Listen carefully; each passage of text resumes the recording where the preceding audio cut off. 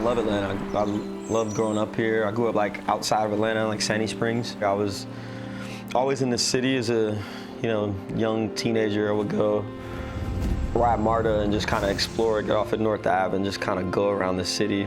But then growing up and then realizing like how cool of a city Atlanta is was also a cool realization.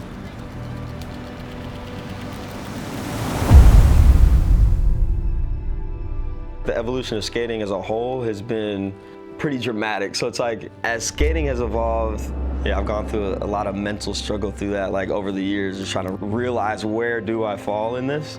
It's something I strive for in life, for everything I do, really. It's just one of the best feelings, achieving something that you've seen and you're trying to do for a while. It's a good analogy for life. I would say the feeling is unlike any other, really. Yeah, this is one of them legendary spots I did back in probably like 05 or 06, maybe after that, I don't remember. But yeah, top sold this back in my ego section. I remember that day, Fish and Murda had just got in town. We got off at this station, and yeah, this is one of the first things they saw me do when they got here. I remember Murda was like, "What the fuck is going on?" I remember landing, and the turnstile used to be the one that was just like at the waist. So I landed and then jumped over the turnstile because I was going so fast. My motivation is within. It's what I'm here to do. I continue to do it because I love it. The driving force has just been like, I continue to like it, so I'm gonna continue to do it, So just being able to just continue skating, it's like I definitely want to just keep that going for sure. It's a huge part of who I am, really.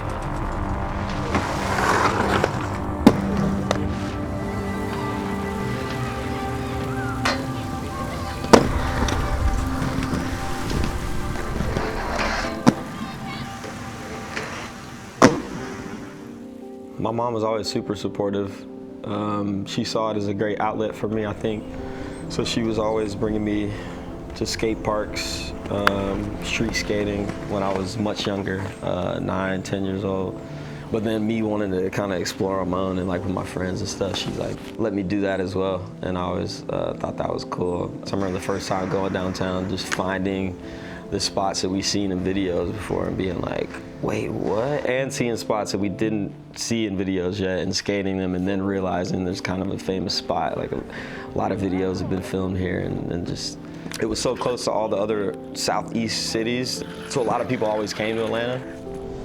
And when I was young, I remember seeing a lot of the same people and then realizing like who they are and like, yeah, the talent that I grew up around was definitely shaped my skating in a way. I feel like I always surrounded myself with people that were, better, like Andy Cruz and Tom Heiser, Kevin Dowling, Walt Austin. Skating with guys that literally invented tricks, like it's kind of surreal, Julian has been at the crux of the Atlanta skate scene for so long. He's been a big influence on my life growing up, whether it be through skating, style, anything like that has been so important to watch his evolution grow and grow and grow. Legendary is the one word I would use when it comes to any impact that Julian has made on the skate scene. Whether it comes from the tricks that no one's ever gonna try again, people gravitate towards this guy, and they have for decades. Fatty Pros were my first aggressive skates, but before that I was learning that there are even skates that you can grind with. Like I saw kids grind, I'm like, what is this? I started asking them, they're explaining it to me, oh, this is grind plates, this is that, this is a sole plate, you need this to be able to grind, like, and explaining, oh, you could take the wheels off and like grind the frame down, and it was very like inventive and fun, and I kind of like took that throughout my skating career, like trying to always like find cool, innovative ways to use my skates. I do everything I do because I love to do it, and I just want people to see that for what it is, something that I really love to do. Yeah, I'm just trying to build greatness with everything I do and leave something cool to look at. Yeah, so I remember my first day ever skating downtown, coming down here. We got off at North Ave, came out here, found these ledges. And then, yeah, we skated these. From there, across the street here, used to be Bell South building. The building's still there, it's not Bell South anymore. And they changed everything over there. But oh, I didn't even know they capped these ledges and made them wood now. I remember getting arrested here at one time by the MARTA police. They were like, you can't skate over here. The skating, they ran over here. They're like, you can't skate. And they handcuffed me. They handcuffed me and put me right here. And I remember I was so little, I sat down and my hand, I just took it out of the cuff, both the hand, I left the cuff right here, and I dipped. And my buddy, they saw me running, and then he started to run, they grabbed him and literally fucking body slammed him. Yeah, I think I had a pretty cool line in my intro section, actually. Skating around, hit that ledge, then I hit this one, then I came and did this drop ledge. Another legendary spot here in Atlanta. All these spots, really, it's crazy.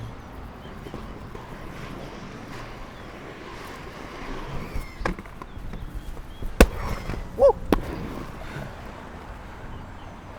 Thanks, bro. I don't know exactly. I think he said that's fucking brave, dude. It's really hard to get something exactly like how you want, especially as the creator, like especially like when you're working with someone that also sees their filming and editing as their creative. So it's like I feel like bump heads a lot of times when you're trying to like get something so specific where it's like, oh, do this, do that. Very meticulously trying to get something like exactly how you see it as a skater. So I've kind of like relinquished a little bit of that just so I could let you know, whoever I'm working with feel like they're also like contributing to what the project is. I've always really liked everything that's come out of, you know, my career so far has always been just perfect for the moment. I feel like the people I've worked with has always been strong and like knew what they wanted with the project. Black market, yeah, that was huge, you know, because that was my first time going to Europe, like first like big tour, like, and also a great video. Huge shout out to Doug Urquhart. Yeah, he always put me on all the videos that he was making. Well, yeah, there's a few that stick out. The Hashashins, the Physics Masters of Delusion. Those were like the three for Doug, for me, that were like really stand out. For Assassins, I remember the song being a huge thing for me. I remember going back and forth with Doug, and I was like, this kind of represents like me, you know, like, and I remember playing it for Doug and him being like, I get it, like, but I don't think we could use this.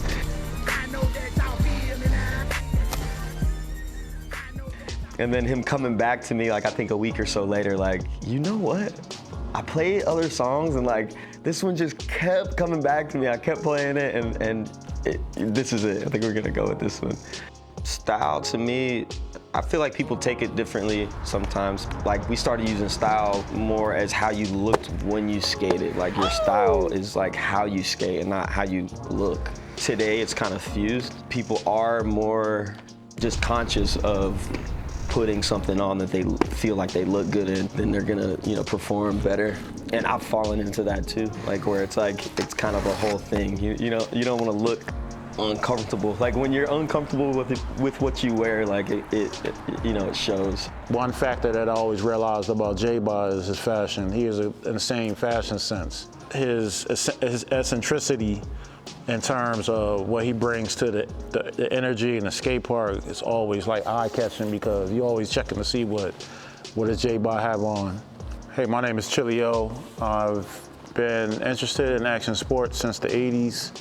Started off as a skateboarder in 1981, sucked at that, transitioning to BMX in '83. I used to sponsor rollerbladers with my clothing brand, Chilio, back in the day. It was a brand called Dip Skate out of Harlem, New York, that was funneled and fueled by Jim Jones from the Dipset rap crew. And those were the first guys that brought something different than rollerblading because they had the baggy clothes, they were doing like the crazy combos, they were, you know, and they were hitting up spots, like the same spots, legendary spots in New York City. J-Bah always kind of reminded me of that flavor, you know. Skate events where he was the only rollerblader, and he got his respect from like hardcore skateboarders. Like, he just brings innovation and progression to the sport.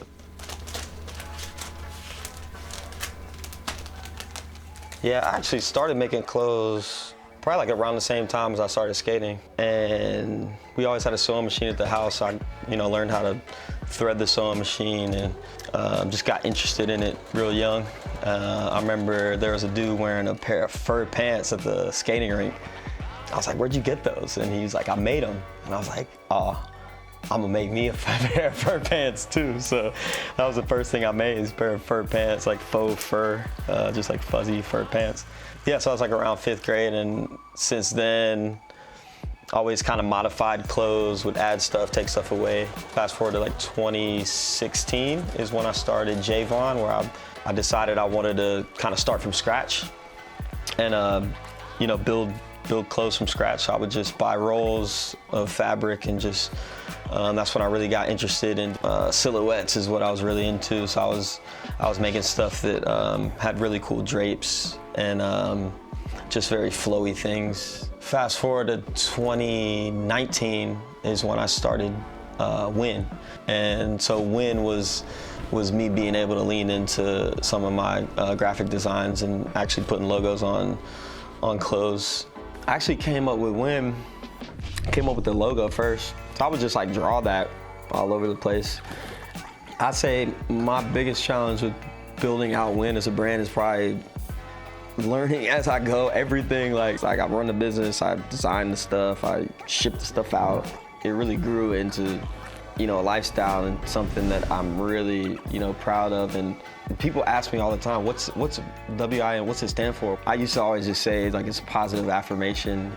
Yeah, I say there's definitely similarities in the approach of my skating and my fashion for sure. When I started, it was like very much I was grabbing fabric, cutting it, no patterns.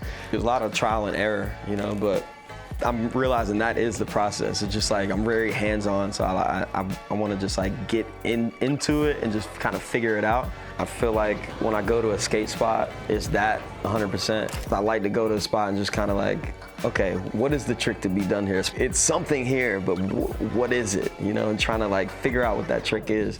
I love those spots.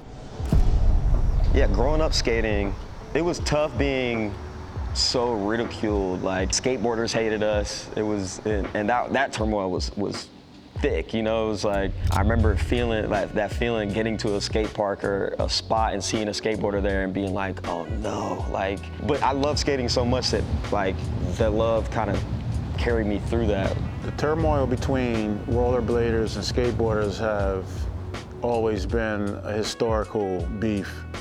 For what reason, I don't know why, because I never felt accepted in those sports from the giddy up because I'm generally the only black guy around. So to exclude other people from the sport, it really never made sense to me.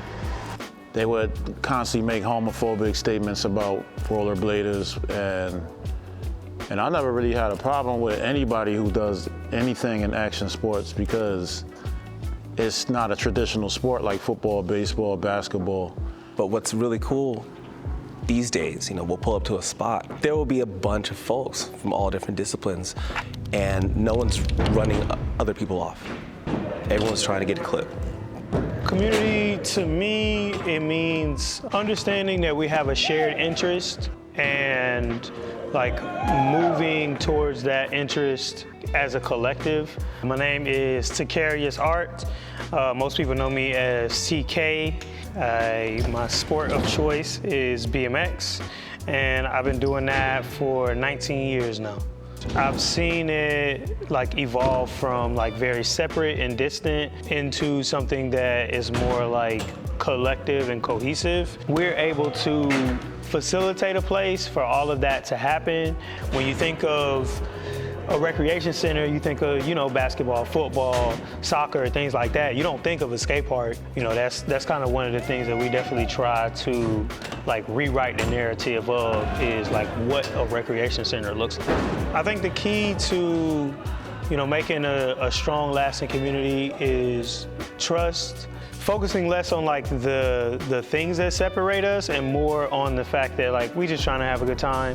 I definitely think we're in a great place as far as community goes, and the relationships we have between all aggressive sports, in all, it's still growing, and it's going to continue to grow.